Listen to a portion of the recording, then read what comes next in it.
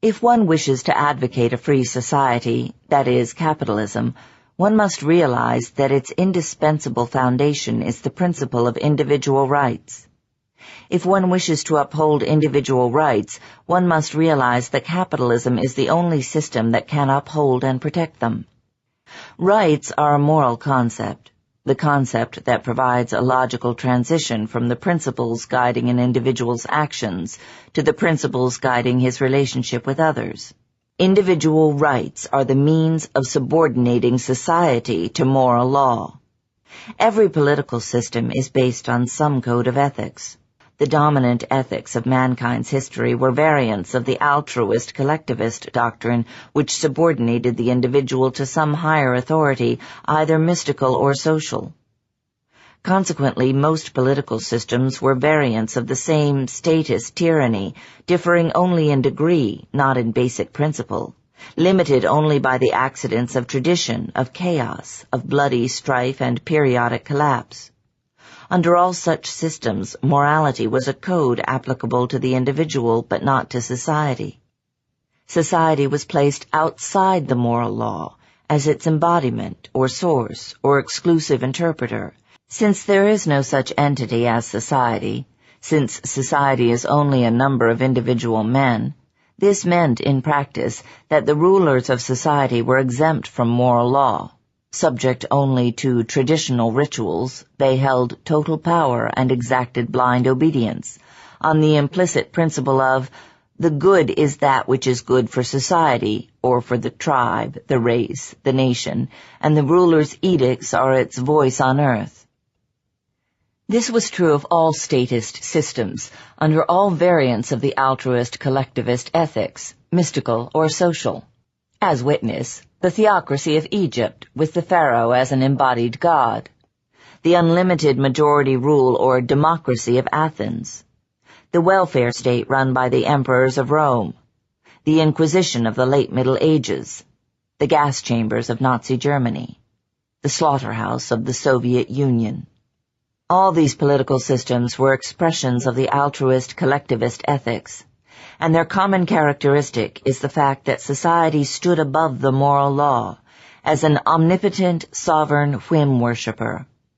The most profoundly revolutionary achievement of the United States of America was the subordination of society to moral law.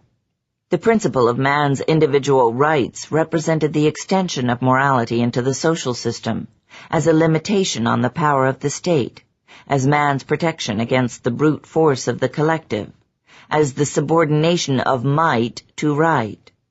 All previous systems had regarded man as a sacrificial means to the ends of others, and society as an end in itself. The United States regarded man as an end in himself, and society as a means to the peaceful, orderly, voluntary coexistence of individuals. All previous systems had held that man's life belongs to society, that society can dispose of him in any way it pleases, and that any freedom he enjoys is his only by favor, by the permission of society, which may be revoked at any time. The United States held that man's life is his by right, which means by moral principle and by his nature, that a right is the property of an individual, that society as such has no rights, and that the only moral purpose of a government is the protection of individual rights. A right is a moral principle defining and sanctioning a man's freedom of action in a social context. There is only one fundamental right. All the others are its consequences or corollaries. A man's right to his own life. Life is a process of self-sustaining and self-generated action. The right to life means the right to engage in self-sustaining and self-generated action, which means the freedom to take all the actions required by the nature of a rational being for the support, the furtherance, the fulfillment, and the enjoyment of his own life. Such is the meaning of the right to life, liberty, and the pursuit of happiness. The concept of a right pertains only to action, specifically to freedom of action. It means freedom from physical compulsion, coercion, or interference by other men. Thus, for every individual, a right is the moral sanction of a positive, of his freedom to act on his own judgment, for his own goals, by his own voluntary, uncoerced choice. As to his neighbors, his rights impose no obligations on them except of a negative kind, to abstain from violating his rights. The right to life is the source of all rights, and the right to property is their only implementation. Without property rights, no other rights are possible. Since man has to sustain his life by his own effort, the man who has no right to the product of his effort has no means to sustain his life. The man who produces while others dispose of his product is a slave. Bear in mind that the right to property is a right to action like all the others. It is not the right to an object, but to the action and the consequences of producing or earning that object. It is not a guarantee that a man will earn any property, but only a guarantee that he will own it if he earns it. It is the right to gain, to keep, to use, and to dispose of material values. To violate man's rights means to compel him to act against his own judgment, or to expropriate his values. Basically, there is only one way to do it, by the use of physical force. There are two potential violators of man's rights, the criminals and the government. The great achievement of the United States was to draw a distinction between these two by forbidding to the second the legalized version of the activities of the first. The Declaration of Independence laid down the principle that, to secure these rights, governments are instituted among men. This provided the only valid justification of a government and defined its only proper purpose, to protect man's rights by protecting him from physical violence. Thus, the government's function was changed from the role of ruler to the role of servant.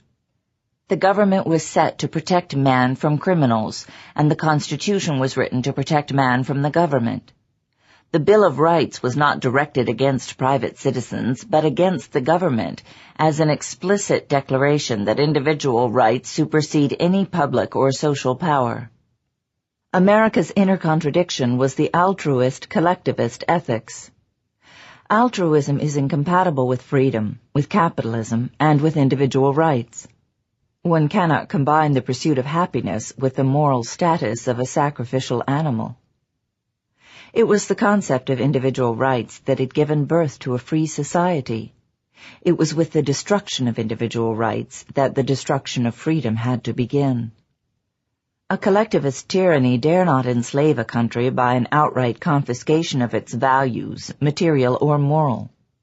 It has to be done by a process of internal corruption.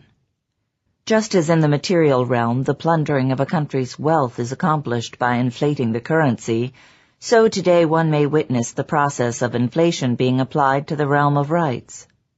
The process entails such a growth of newly promulgated rights that people do not notice the fact that the meaning of the concept is being reversed.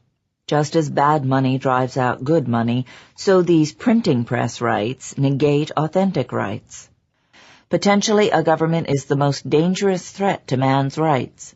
It holds a legal monopoly on the use of physical force against legally disarmed victims. When unlimited and unrestricted by individual rights, a government is men's deadliest enemy. The term individual rights is a redundancy. There is no other kind of rights, and no one else to possess them. Those who advocate laissez-faire capitalism are the only advocates of man's rights.